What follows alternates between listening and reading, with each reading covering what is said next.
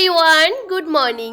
আশা করছি তোমরা যে যেখানে আছো প্রত্যেকে বেশ ভালো আছো আর সুস্থ আছো। আমার আজ আরও একটি নতুন ব্লগে তোমাদের সকলকে জানাই অনেক স্বাগতম। আজকে বেশ কয়েকটা দিন ধরে আমি কোনো ভিডিও শ্যুট করছি না আর তোমাদের সাথে সেরকম কোনো কিছুই শেয়ার করছি না।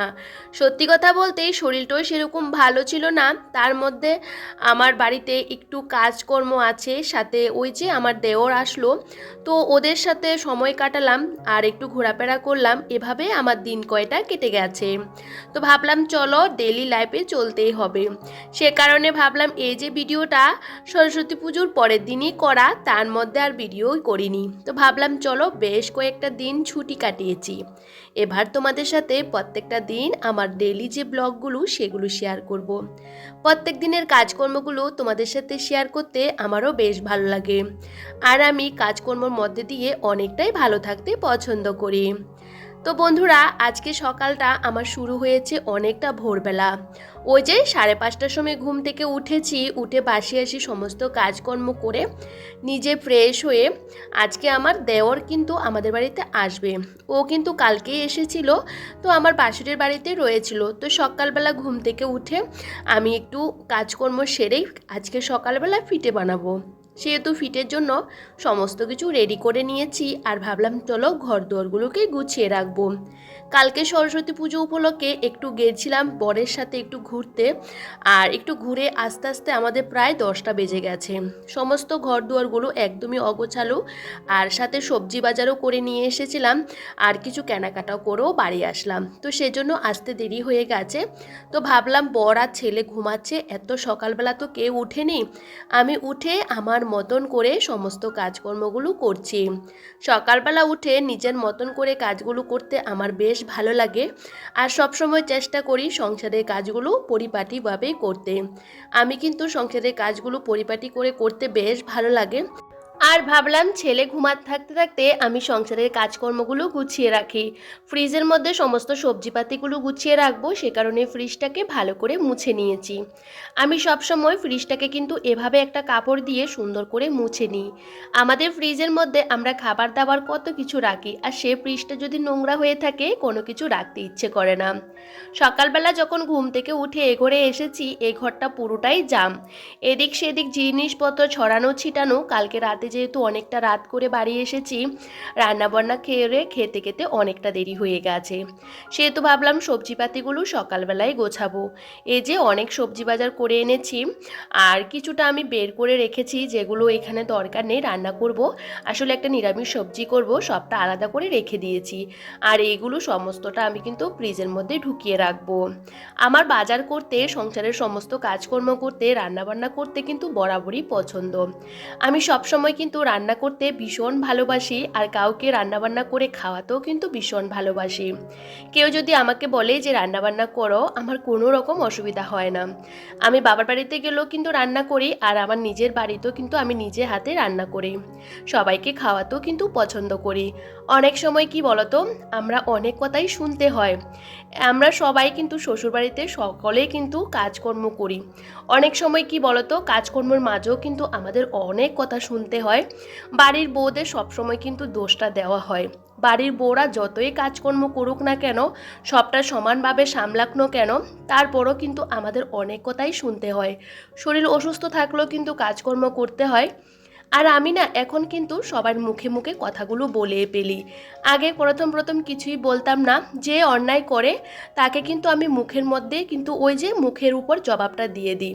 আমি ছোটোবেলা থেকে শুনে এসেছি অন্যায় যারা করে তারাও দোষী, আর অন্যায় যে সয় তারাও দোষী। আমি সেজন্য অন্যায়কে কখনোই প্রশ্রয় দিই না। আমার হাজব্যান্ডের সাথেও কিন্তু আমার এইসব নিয়ে অনেক সময় অনেক কথা হয়ে যায়। সব সময় বাড়ির বউয়ের উপর দোষ, কেন আমি এভাবে চলি, কেন কারোর সাথে কথা বলি না, সব সময় কিন্তু আমাকে এই সমস্ত কথাগুলো শুনতে হয়। আমি যাকে পছন্দ করি না তার সাথে আমি কথাও বলি না, তার দিকে কখনো তাকাইও না। আমি সব সময় নিজের মতন করে থাকতে ভীষণই পছন্দ করি। কাউকে তেল মেরে আমি কথা বলবো এটা কিন্তু আমি কখনোই ভাবি না। আমি মনে করি আমি যেরকম আছি সেরকমই ভালো, কিন্তু সবাইকে নিয়ে আমি থাকতে ভীষণই পছন্দ করি। কিন্তু কেউ যদি তোমাকে ভালোই না বাসে, কেউ যদি তোমাকে পছন্দই না করে, তার সাথে কথা না বলাই কিন্তু অনেকটাই ভালো। আমি মনে করি। তাতে আমি যেরকমই হই না কেন, অনেকে আমাকে তিতুও বলতে পারো, কারণ চিনি তো সবাই কিন্তু সব কিছুর মধ্যে ইউজ করে। তিতুটা কিন্তু কেউ সহ্য করতে পারে না, সেজন্য তিতু কথা আমি সব সময় বরাবরই বলে থাকি। আজকে তোমাদের সাথে অনেক কিছুই শেয়ার করে ফেললাম, অনেক কথাই কিন্তু বলতে ইচ্ছে করছিল কিন্তু বলতে পারলাম না। তবে যাই হোক, সংসারে কাজকর্ম তো করতে হবে। আজকে সকাল সকাল ঘুম থেকে উঠে আগে ঘর দুয়ারগুলো গুছিয়ে নিয়েছিলাম। আমি যেহেতু সকালে উঠে ওই ঘরটা আগে গুছিয়ে নিয়েছি, এদিকে দেখি বড়া ছেলেও উঠে পড়েছে, তো ভাবলাম চলো এই ঘরটাও গুছিয়ে নিই। বেশ কয়েকটা দিন ধরে কাজকর্ম করতে ইচ্ছে করছিল না, তারপরেও কিন্তু কাজকর্ম করতে হয়। তবে ভাবলাম চলো এই ঘরে একটা নতুন বিছানা চাদর পাতি। তবে তোমাদেরকে অনেকদিন আগেই বলেছিলাম আমার ঘরে বিছানা চাদর সেরকম নেই, তবে কালকে যখন গেছিলাম ঘুরতে বরের সাথে দুখানা বিছানা চাদর কিনে এনেছিলাম। বিশ্বাস করো, বিছানা চাদরের এত দাম কি বলবো, সেরকম পছন্দ হচ্ছিল না আমাদের ওখানে স্টেশনে। 1200-1300 টাকা করে এরকম করে বলছিল, তারপরে কম প্রাইজের এগুলো নিয়েছি। যাই হোক, ভাবলাম ওই যে অনলাইন থেকেই নেব, কারণ অনলাইনে না অনেকটা কম দামে পেয়ে যাচ্ছিলাম। তো যাই হোক, অনলাইনে অর্ডার করলে একটু সময় লাগবে, তো সে কারণে দুটো বিছানা চাদর একটু কম দামেই নিলাম। সব সময় চেষ্টা করি কম দামে কিছু যদি ভালো কিছু পেতে পারি তাহলে তো ভালো। আমরা হলাম মধ্যবিত্ত ঘরের বউ, আমরা সবসময় চেষ্টা করি বিলাসিতা না করে সংসারের জন্য কিছু একটা করি। তবে যাই হোক, এই যে বিছানা চাদরটা পাতার পর কিন্তু বেশ ভালো লাগছিল, সামনের থেকে দেখতে কিন্তু বেশ সুন্দর লাগছিল। কালকে রাতে ওই যে ঘুরতে গেছিলাম বললাম না, তখন তুলু নিয়ে এসেছিলাম, এই যে দুটো বালিশে তুলু ঢুকিয়েছিলাম। আর এটা কিন্তু নতুনই বালিশ, কিন্তু সেটার মধ্যে ঢুকাতে হয়নি। কালকে প্রায় 1 কিলো তুলু এনেছি, ভাবলাম কয়েকটা বালিশ বানাবো। আমার ঘরের ভিতরে যে কয়েকটা বালিশ আছে সবটা নেতিয়ে গেছে, তো সেই বালিশগুলোকে আমি আর্ধেক আর্ধেক খুলে সেখানে তুলু ঢুকিয়ে দিয়েছি। এখন কিন্তু বালিশগুলো অনেকটা বড় হয়েছে, অনেকটা উঁচু হয়েছে, দেখতেই পারলে। আগে বালিশগুলো একদমই নেতিয়ে থাকতো, একদমই ভালো লাগতো না। কিন্তু জানো তো, আমি বেশি উঁচু বালিশ ইউজ করতে পারি না, সে কারণে বেশি একটা তুলু ঢুকাতাম না। এখন দেখতে বেশ বাজে লাগে, তো ভাবলাম চলো তুলু ঢুকিয়ে নিই। এমনিতে তুলু কিনে এনে বালিশ ঘরে বানালে অনেকটা লাভ। আর সে কারণে 1 কিলো তুলু নিয়ে এসেছি, এখন বালিশগুলোর মধ্যে অল্প অল্প করে ঢুকিয়ে দেব, তাহলে বালিশগুলো দেখতেও কিন্তু বেশ ভালো লাগবে, আর থাকলে আরেকটা বালিশ এমনিতেই বানিয়ে নেব। যাই হোক, এদিকে তোমাদের সাথে কথা বলতে বলতে এই ঘরটাকেও কিন্তু ভালো করে কিন্তু আমি গুছিয়ে নিচ্ছিলাম। আর দেখবে, ঘর দুয়ারগুলো সকাল থেকে যদি অগোছালো থাকে আমার একদমই ভালো লাগে না। এখন কিন্তু 7টা মতো বাজে, তার মধ্যে কিন্তু আমার ওই ঘর এই ঘর গোছানো হয়ে গেছে। আমি যেহেতু অনেকটা ভোরবেলা ঘুম থেকে উঠেছিলাম, তখন কিন্তু কেউ ওঠেনি। আমার ছেলে দেখি হঠাৎ করে আমাকে না পেয়ে ও উঠে পড়েছে, তো বললাম ওর বাবাকে তুমি ওকে ব্রাশ করাও আর ফ্রেশ করিয়ে দাও, তাহলে আমি এই ঘরটরগুলো গুছিয়ে নিতে পারবো। আসলে কি বলো তো, ওর বাবা থাকাতে আমার বেশ সুবিধা হয়, এখন ওকে স্কুলে নিয়ে আসা আবার ওর বাবা দিয়ে আসা সবটা করাই, আর বেশি দিন তো থাকবে না, আর হাতে গোনা 2-1 দিন পরে ও চলে যাবে। যাই হোক, এখন দেখো ঘরটা খুব সুন্দর করে গুছিয়ে নিয়েছি, আর এখন এই যে ঘরটাকে ভালো করে ঝাড় দিয়ে নেব। সকালবেলা আমি ঘরের সামনে একটু ঝাড় দিয়ে ঘরের সামনে একটু জল দিয়ে দিয়েছিলাম, আর সে কারণে ঘরটা ভালো করে পরিষ্কার না করলে ভালো লাগে না। তো ভাবলাম চলো সকাল সকাল এই কাজগুলো করে নিই। সকাল সকাল কাজকর্মগুলো হয়ে গেলে অনেকটা কাজ কিন্তু এগিয়ে যায়, হাতেও কিন্তু বেশ খানিকটা সময়ও পাওয়া যায়। আর এই যে তুলোগুলো রাতেরবেলা ঢুকিয়েছিলাম এদিক সেদিক ছড়িয়ে গেছিলো, আর ঘর থেকে এখন ঝাড় দিয়ে বের করেছি। আর এই যে অনেক প্লাস্টিকও বেরিয়েছে, সবটা এখন ঝাড় দিয়ে এখন ডাস্টবিনের বালতির মধ্যে রেখে দেব। বাইরের জায়গাটা যদি ঝাড় দেওয়া হয়ে গেছে, সে কারণে এগুলো আর বাইরে ফেলবো না। আমি সব সময় কিন্তু ঘর থেকে ঝাড় দিয়ে বাইরে সেরকম ফেলি না, সব সময় ডাস্টবিনের বালতির মধ্যে জমিয়ে রাখি। আর এখন দেখো ঘরটা এখন কতটা ভালো লাগছে, একটা বিছানার চাদর পাতলে ঘরের লুকটা কিন্তু সুন্দর চেঞ্জ হয়ে যায়, আমার তো বেশ ভালো লাগে। আর সকাল সকাল যদি ঘরদোরগুলো গোছানো থাকে, মন থেকেও আলাদা শান্তি পাওয়া যায়। সবসময় চেষ্টা করি প্রত্যেকটা কাজ নিখুঁতভাবে করতে। আমার দুটো ঘর আছে, দুটো ঘর আমি সবসময় পরিপাটি করে রাখতে ভীষণই পছন্দ করি।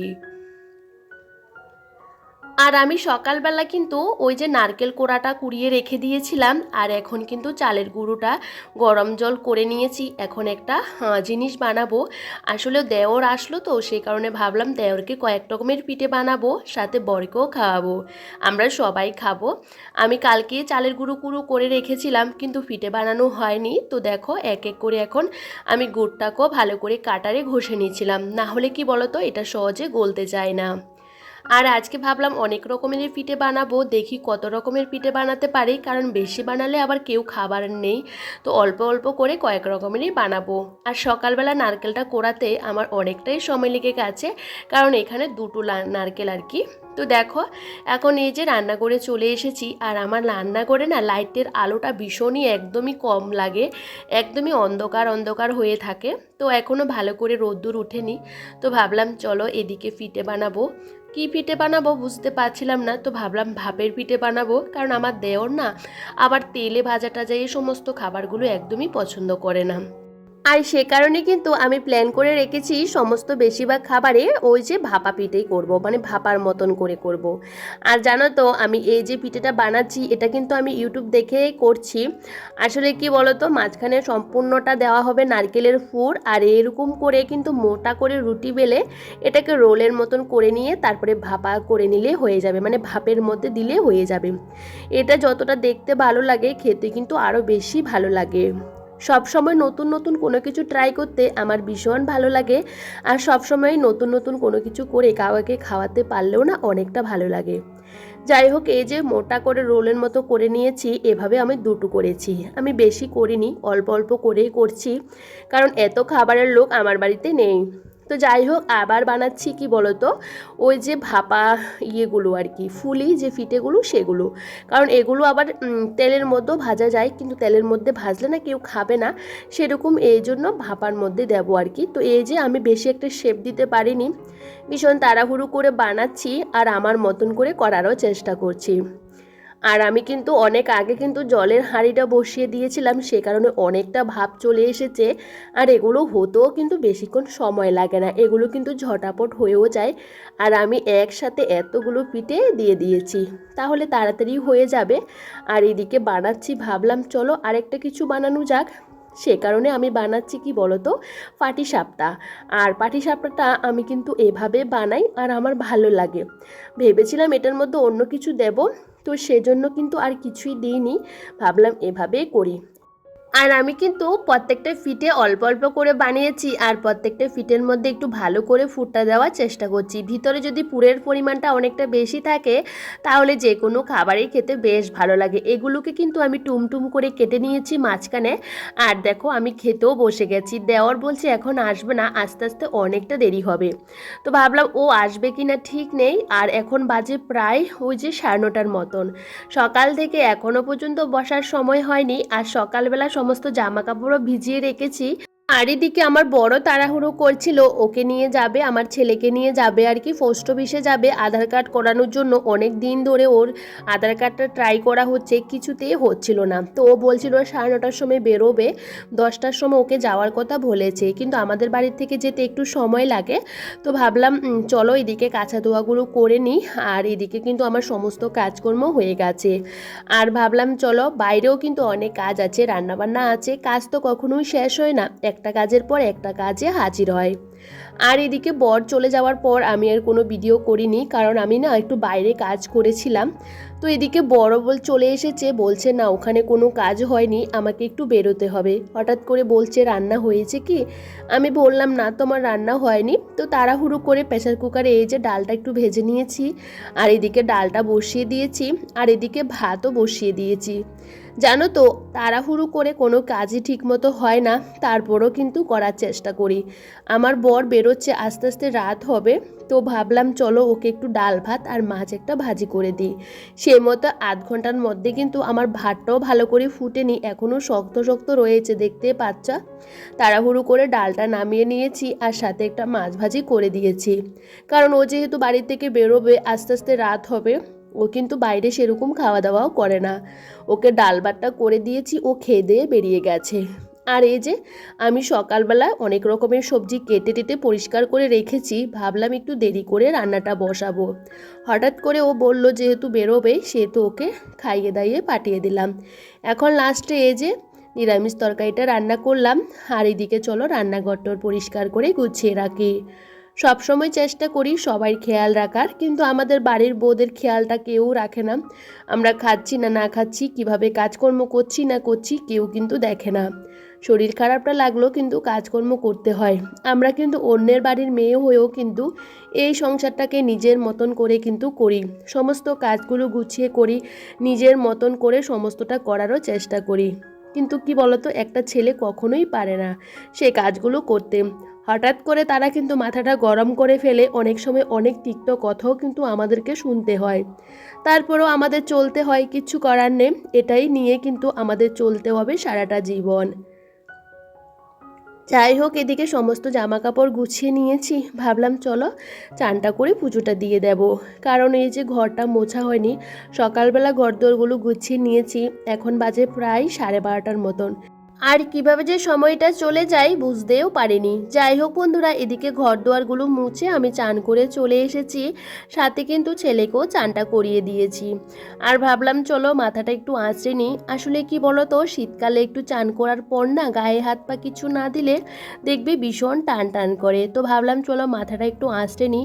ভেবেছিলাম মাথার মধ্যে একটু বেশি করে তেল দেবো, তেলটাও দেখি একদমই জমে আছে, সে কারণে আর দিতে পারলাম না। চলো এখন ঠাকুর পুজোটা দিয়ে দেব। আর আজকে কিন্তু শনিবার ছিল, আমার বর বলে গেছে আজকে একটু শনি পুজো দেওয়ার জন্য। ইচ্ছে ছিল একটু বড় করে বাড়িতে একটু শনি পুজো দেব, কিন্তু বর যেহেতু আস্তে আস্তে অনেকটা রাত হবে, আমার একার পক্ষে সবটা করা সম্ভব হয়নি। সে কারণে আমি কি করেছি বলো তো, তুলসী গাছের নিচে এই যে ঘট পেতে এভাবে পুজোটা করে নিয়েছি। আসলে কোনো কিছু যদি মন থেকে চাই করার জন্য করতে পারি, শুধু একটু চেষ্টা আর বুদ্ধি থাকার দরকার। তবে চলো আজকের ব্লগটা এখানেই শেষ করছি। সবাই ভীষণ ভালো থেকো, সুস্থ থেকো, সবাইকে টাটা।